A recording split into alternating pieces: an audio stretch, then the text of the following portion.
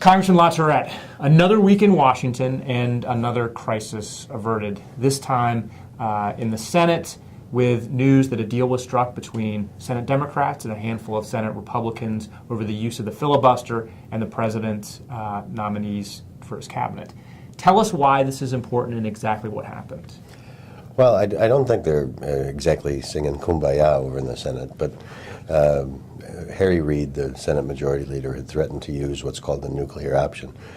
And the nuclear option basically means that in order to get to a vote on an issue, you first have to breach a procedural hurdle in the Senate. It's called cloture. It requires 60 votes rather than a simple 51. That obviously is something that the framers put in our Constitution, the Senate put in the rules, for the purpose of defending the minority. The Senate's not supposed to be like the House of Representatives, where 218 votes wins and it's a majority rules.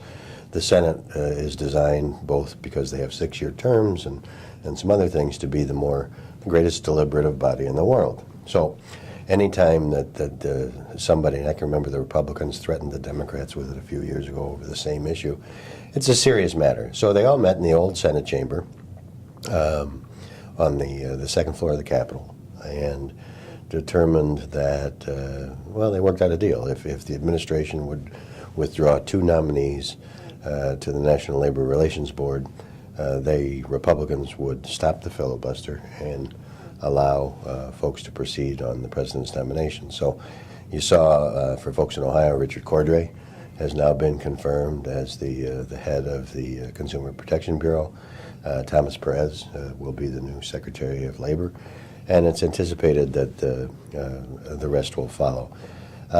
If there's a wrinkle in it, the deal wasn't struck with Mitch McDonald, the minority leader. It looks like John McCain, the maverick from Arizona, has sort of resurfaced. He's back. Has sort of resurfaced, and we'll have to see how that plays out in just Republican politics and in the next little bit. But I think it's, my personal view is the president should get to pick who's on his team, no matter who the president is, no matter what party he belongs to.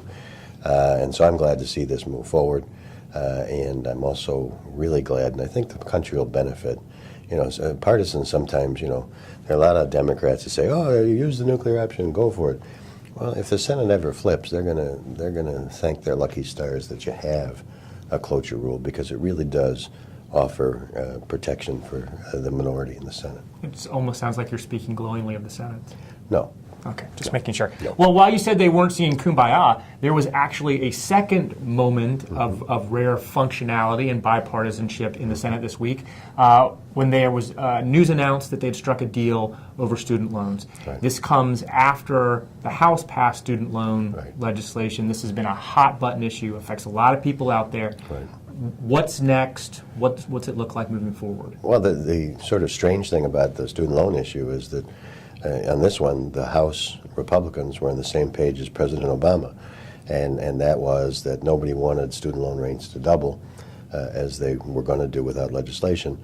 But the Republicans and President Obama signed off on that you should tie future increases to student loan rates to market rates, which kind of makes sense. The Senate, and particularly the progressives in the Senate, Democrats, had resisted that, and they wanted just to go back to the old rate, and if there was any additional cost to the government, we were going to go back to the well and put an additional tax on rich people again. I mean, it seems like, anytime they need money, they want to go tax rich people. And anyway, that was a non-starter in the House.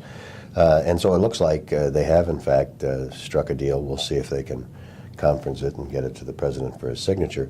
But the good news is that student loan interest rates for this year will stay at 3.85%, and thereafter they will increase, but only in relationship to where the market is. And the one demand that the Senate Democrats made was that it be capped, and it's currently going to be capped at 8%, that it can't go above 8%. Last week we talked about Obamacare and about the president's decision to suspend the employer mandate provisions of the Affordable Care Act for next year. And as we talked about, Republicans, particularly in the House, jumped at the opportunity to take another bite at the president's signature piece of legislation. And we saw 2 votes One to essentially concur with the president's decision on the employer mandate, and a second separate one to also suspend the individual mandate. Interestingly enough, a couple dozen Democrats joined with the Republicans, all but one Republican, in passing this legislation. Does this mean anything for Obamacare, or is this more kind of a political football? No, this was political theater. You know, when a majority party in the House that's different from the party that has its occupant in the White House passes something congratulating the president on his wisdom and foresight and so forth and so on, it really is tongue-in-cheek. And so that was just to say and sort of put the Democrats in the House and Senate on the spot and saying, look, I mean, the president has said we're going to do this. And you're right, I think it was 22 Democrats jumped on board that in the House. The second one is sort of a further tweak. It's not going anywhere. It's not going to pass the Senate. The president's not going to sign it. But it's saying, hey, the same reasons that exist for deferring the mandate on companies and corporations apply to individuals as well. I don't think it's going to go anywhere, but it'll be interesting to see. I mean, they did away with the corporate mandate all by themselves at the administrative level. And if they come up against some deadlines and see that we're not ready or the cost is too explosive, it'll be interesting to see how the administration deals with it. For now, the president's dug in, and he says he's going to defend his signature piece of legislation. Well, it seems like it's an interesting kind of turn of events that actually has Republicans looking a little populist here, saying, you know, if you're going to do this for the big corporations, why not do it for the individual? Right. Do you think this is an issue that will have some legs and impact the 2014 midterms? Oh, yeah. I mean, the Republicans have zeroed in. Obamacare, as it's pejoratively called, has its highest disapproval rating since it actually became a law. People now that, as Nancy Pelosi suggested, once you read it, you find out what's in it. Well, people have done that now, and it's not going to has some good stuff in it, but it's not going to have a positive impact upon what people are paying for health care. And the Republicans very definitely will use that message in the 2014 election. Well, I have a funny feeling we'll be talking about that again. Always. Thank you once again, Congressman Lasserat. We appreciate it. Thank you.